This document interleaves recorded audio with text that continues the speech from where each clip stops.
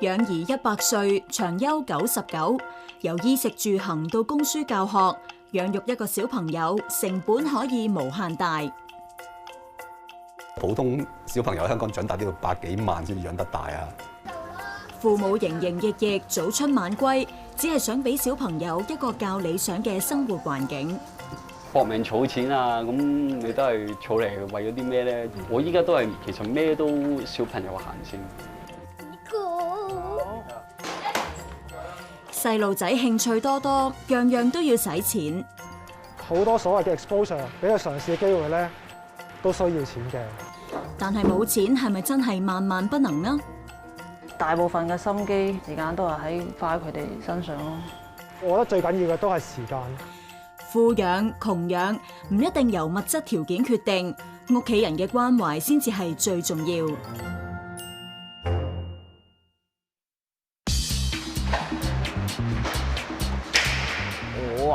我覺得佢好玩嘅地方就係快啊，好刺激啊！我覺得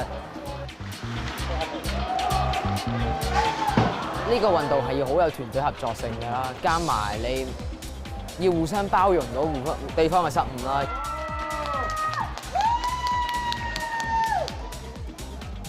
打冰球係近年好流行嘅運動，唔少家長都會送仔女嚟學。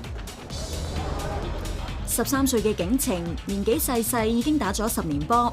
佢話細個嘅時候一去踢波同打籃球，出汗之後就特別容易出紅疹。溜冰場溫度較低，景晴少啲出現皮膚敏感，所以佢好中意呢一項運動。呢個運動對我嘅精神上嘅成長同身體上嘅成長都有幫助嘅，因為身體上嘅成長係梗係日日都有打波，梗係會身體好啲，冇咁容易病啦。咁精神上嘅成長咧，都會令到自己更加認識去面對自己失敗嘅地方啊，佢有嗰個勇氣去再接再厲啊，咁樣就唔會半途而廢咯。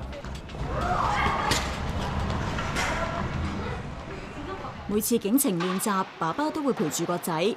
佢話難得揾到一項適合個仔玩嘅運動，所以佢同屋企人一直都好支持景晴打冰球。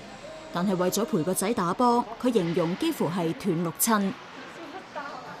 個辛酸咪禮拜6日冇晒咯，朝頭早晨咁早去打波，晏晝可能有清零啦，咁就變咗成個禮拜6日俾晒佢噶啦。咁你朋友譬如朋友或者屋企人食飯，你就要左度右度咁樣咯。除咗付出時間，仲有經濟成本。景晴爸爸話自己只係窮中產，玩冰球嘅成本都幾貴，包括裝備同球會費用等，一年起碼都要10萬。啱啱先同佢買咗2支棍，佢之前打斷咗支棍，5000幾蚊。佢嗰種就唔係普通嗰啲基本嘅，基本型嗰啲就平嘅，我諗600-700蚊有支嘅。唔同球會都有唔同嘅收費啦。而家佢呢間就平啲嘅，因為相對有啲政府嘅資助，令到嗰個比賽嘅費用平啲啦。我個可以平啲，係講緊一季係9000蚊度咯，係啊。咁但係呢個數字係對於某啲家長係貴，某啲家長係平，呢啲因人而異啦。早年曾經有個講法，話養大一個小朋友要400萬。今年一間本地銀行重新估算，話養大一個仔女到22歲需要600幾萬。香港地人人收入唔同，如果貼地啲去計，一般普通家庭養育小朋友到21歲都要用百幾萬。香港嘅家庭入息中位數咧都係2萬零蚊啦。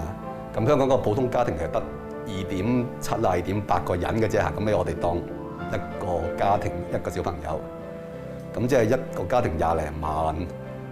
咁3個人使，其實小朋友要使多啲㗎。咁等當除翻3，即係每個小朋友平均嚟講咧都要使你8萬蚊到1年。衣食住行未必要使好多錢，唔少家長望子成龍，安排好多興趣班俾仔女上。莊太亮話：呢一啲課外活動嘅費用，隨時仲高過小朋友嘅基本生活開支。即係我個小朋友就讀國際學校嘅，咁所以就主要就費用都喺學費嗰度啦。咁其他啲課外活動咧就唔係咁多嘅啫嚇。咁但係好多家長咧，其實小朋友從細咧，由小學開始咧，就要學啲興趣班啦，又要學樂器啦，跟住上到中學又要去補習啦，咁一個月都不下幾千蚊嘅。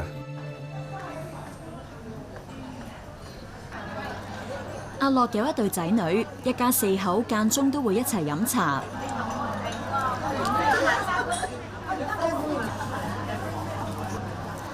阿樂同太太 Wendy 2011年結婚，本來冇打算生小朋友，點知結婚1年之後，太太有咗，就生咗大女日彤。最初一有就大家都擔心，即係諗好多嘢㗎。啊，點樣養啊？之後會點啊？咁財政會唔會有壓力啊？咁夠唔夠住啊？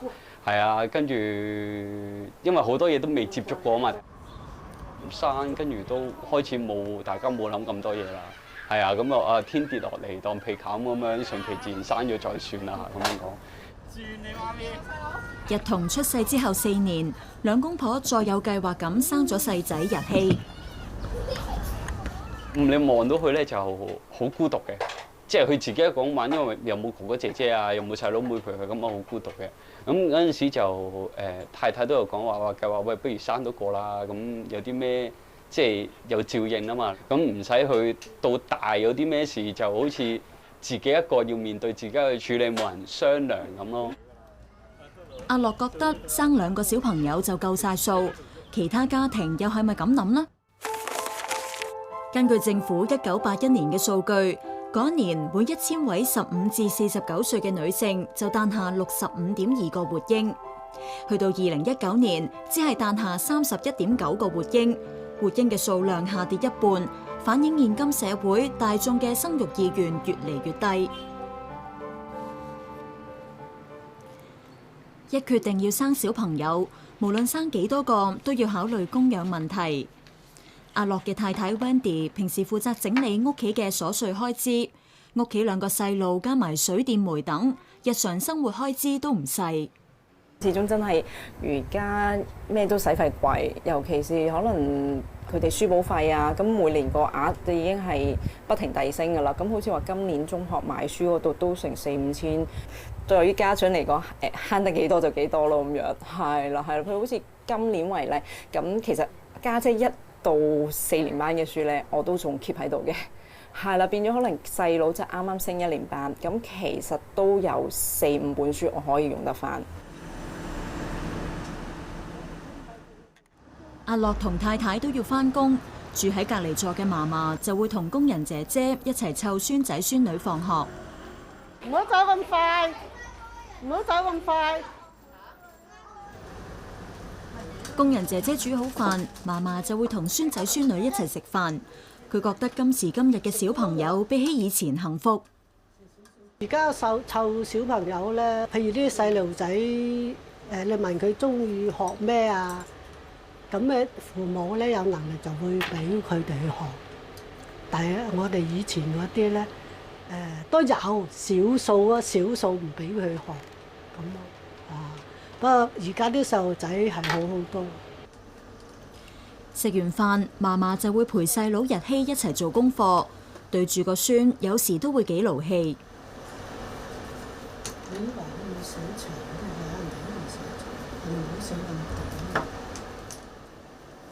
為人父母，睇住自己嘅仔有下一代，嫲嫲都覺得好欣慰。但係現今社會，養育一個小朋友唔單止係柴米油鹽咁簡單，佢都戥個仔辛苦。壓力好多，係你2個小朋友返學，補習啊，其他各樣費用啊，咁又保險啊，又請工人啊，咁啊家庭嘅使用啊，咁樣樣都壓力好大啊。不過我仔都成長咗，我覺得佢。以前佢唔係㗎，細腳唔抹腳㗎，而家咧就樣樣都要好慳皮。而家佢自己當家咧，就覺得好輕。神蹟超實用，1房2房9尺廳。香港地住屋問題最令人頭痛，有咗仔女之後，兩公婆更加煩惱。佢哋一家4口原本住喺公屋，仔女大咗之後開始唔夠住。兩夫婦見近年樓價稍為回落，就決定上車。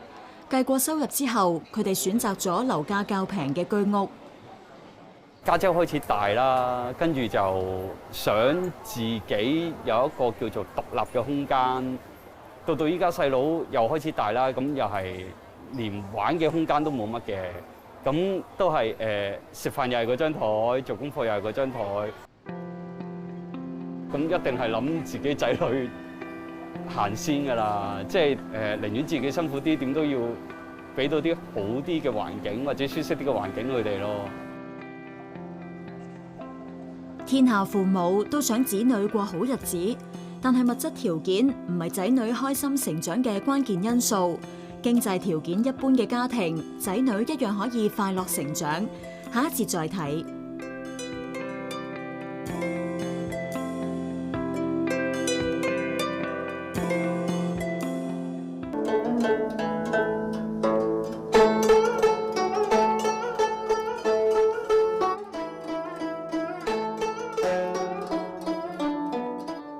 我係比較上性格係隨意啦、隨心啦、佛系少少啦，即係有少少懶啊，冇乜計劃嘅。學咗古箏之後咧，就明白咗有時候咧係真係要有計劃，同埋要持之以恆咯，做嘢。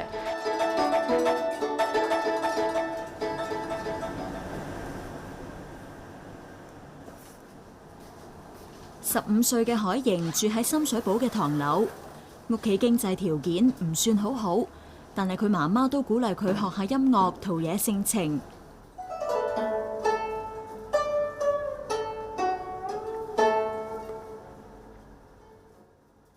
媽媽更加幫佢揾到喺非牟利機構可以用平啲嘅學費學古箏。海瑩一學就6年，仲越彈越中意，媽媽就買咗一部2手古箏俾佢。古箏本身就係一個比較大嘅樂器啦，又都係算貴嘅，都係要至少一定嘅價錢先買到啦。有時候我會話呢個膠布老師話推薦呢個膠布多過嗰一種膠布嘅時候，佢都會再買啲新嘢俾我啦。咁我係從當中係 feel 到佢對我嘅一啲關懷啊，同埋好希望我繼續學呢樣樂器咯。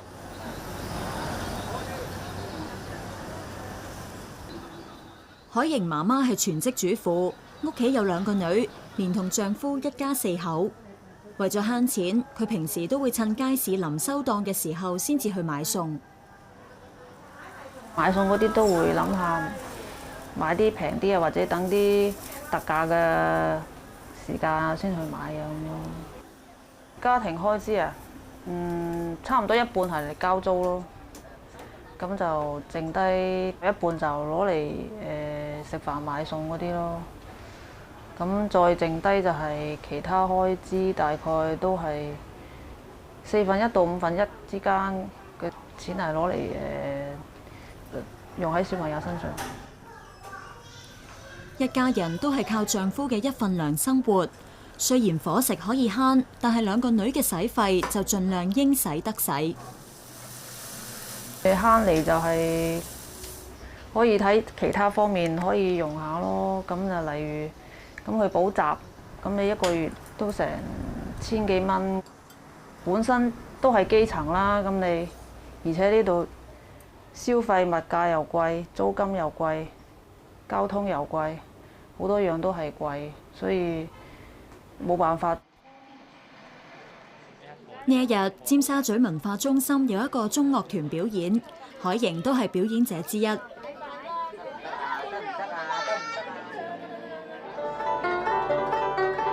都係開心啦，總之可以再翻去台上面表演出嚟。每次表演，海瑩媽媽都會嚟捧場，今日都唔例外。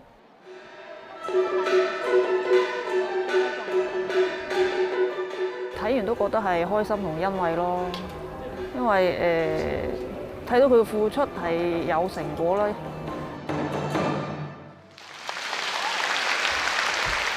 個女海瑩努力練習古箏，獲得欣賞嘅掌聲。作為媽媽，辛苦養育仔女成長，又有乜嘢得着呢？湊大一個小朋友真係付出好多咯。報答啊，咁我又冇諗呢樣嘢喎，因為我覺得培養小朋友嘅話，我都係喺付出嗰樣，冇睇到點樣話以後會點樣回報啊？係啦，我都想佢開心啲咯，即係做自己中意做嘅嘢。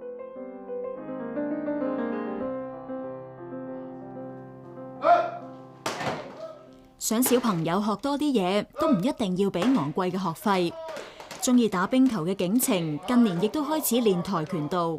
呢一日，景晴同兩個朋友馮邊同喬寶喺社區中心上興趣班。其實我幾中意嘅喺呢度做活動嘅話，係因為我覺得喺呢度試咗好多唔同嘅嘢啦，咁可能都可以進步自己。好好玩，同埋可以同班 friend 一齊玩。我哋成日都請社工卓 Sir， 咁就幫我哋安排一啲即係義工活動啊，同埋一啲參觀。平有平玩，貴有貴玩。社區中心嘅活動收費唔高，但係小朋友一樣玩得開心。我哋都試過遊樂場啦，即係玩過嚇，即係設計遊樂場啦，啲小朋友嚇，咁跟啲建築師去學畫平面圖啊、3D 圖啊、砌模型啊，其實即係對佢哋嚟講係大開眼界。我覺得其實如果譬如話小朋友對嗰樣課外活動有興趣嘅話，其實如果就算成本平，都唔係一個啲乜嘢嘅咁好大嘅問題。其實嗰個活動嗰個價錢咧，同個質素其實未必係一個好大嘅關係，主要係嗰個屋企人有時間去陪住個小朋友。平日大約6點，阿樂嘅一對仔女日彤、日希會提早開飯，佢哋已經習慣冇爸爸媽媽陪住食晚飯。近排佢陪咗你嘅時間都多啲啦，係啊，冇以前咁忙。不過因為佢近排又忙翻，因為佢公司嗰啲有啲事情咯，所以就比較忙。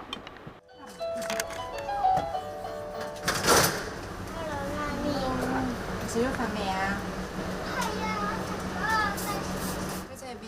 媽媽 Wendy 一返到屋企，衫都未換就要跟進小朋友嘅功課同學校事務。2份通告啊2份通告咯，但係功課咧，還咗，因為想盡量都等佢哋可以早啲完成晒，咁佢哋可以早啲唞，係啦，咁所以我自己攰啲都冇辦法。到咗8點幾，爸爸阿樂終於返到屋企。佢話以前做嘢仲忙，幾乎當屋企係酒店。而家返到屋企，佢就盡量爭取親子時間，多啲同仔女傾下偈。晚晚夜翻咧，淨貼張紙仔喺個燈掣度，係啊，寫住同希話我想爸爸媽媽同我玩多啲時間陪我玩啊，即係直情要咁樣黐張紙仔喺個燈掣度咁樣同我講嘅。作為一家之主，阿樂有責任盡力賺錢養家。佢為咗令屋企人住得闊落啲，嚟緊就會搬新屋。供樓壓力增加，阿樂為家庭努力工作，陪伴家人嘅時間可能相對減少。如果真係要撐呢頭家，想屋企人生活得好少少嘅生活，咁就要付出多啲時間㗎啦。可能就會忽略咗佢哋照顧佢哋嘅過程咯。不過有社工提醒，物質生活唔係幸福嘅唯一關鍵。嗱，當然屋企大啲，可能闊落啲，有多啲地方佢哋喺屋企玩下，係嘅。咁但係有時真係關係調翻轉，一張台嘅大細，一餐飯嘅時間，可能都好足夠喎。不過就係睇下大家係咪能夠係珍惜有呢個咁樣樣嘅空間，呢個時間。一到放假，阿樂兩公婆都會抽時間陪下仔女。如果仔女有重要活動，佢哋都會盡量出席，唔想錯過仔女嘅成長過程。依家嘅小朋友咩結業禮啊、開學啊、親子旅行啊，係啊，我抽到時間出席，我都一定出席嘅。每一年咁樣長大，幼稚園上到小學，我希望可以睇到中學、大學咁樣啦。係啊，你每一次去都驚喜開心嘅。以前未有仔女嘅時候，阿樂同太太會四圍去旅行，但係有咗小朋友之後，咩都要以佢哋行先。就算家境唔算好富裕，阿樂都會用佢嘅方法愛錫一對仔女。我又冇能力可以做到一啲叫做成功靠父幹嗰啲咁嘅爸爸，係啊，咁我都好係啊，諗呢個問題我都自己諗咗好耐嘅。究竟到仔女大，我可以留好啲咩俾佢咧？係啊，咁唯有依家同佢哋玩多啲，留多啲回憶，留多啲父愛咯。不論窮養定富養，父母對仔女嘅愛都係不求回報。作為仔女，佢哋又能唔能夠體會呢？其實我好感動嘅，有時候真係每個父母都做到咁好啦。佢係冇放棄到呢種懶散嘅人，一直都推緊我前進咯。即係就算我係真係想放棄嘅時候。爸爸媽媽平時錫唔錫你哋啊？如果10分係最錫，你覺得有幾多分6分，9.5分咯。佢哋又真係肯好早起身陪我嚟打波。我係從來冇俾過錢嘅買呢啲嘢，係爸爸媽媽買晒，而我都知道我價嘅，有時候都真係嚇我一跳嘅。所以我真係覺得爸爸媽媽佢付出咗好多，多過我好多。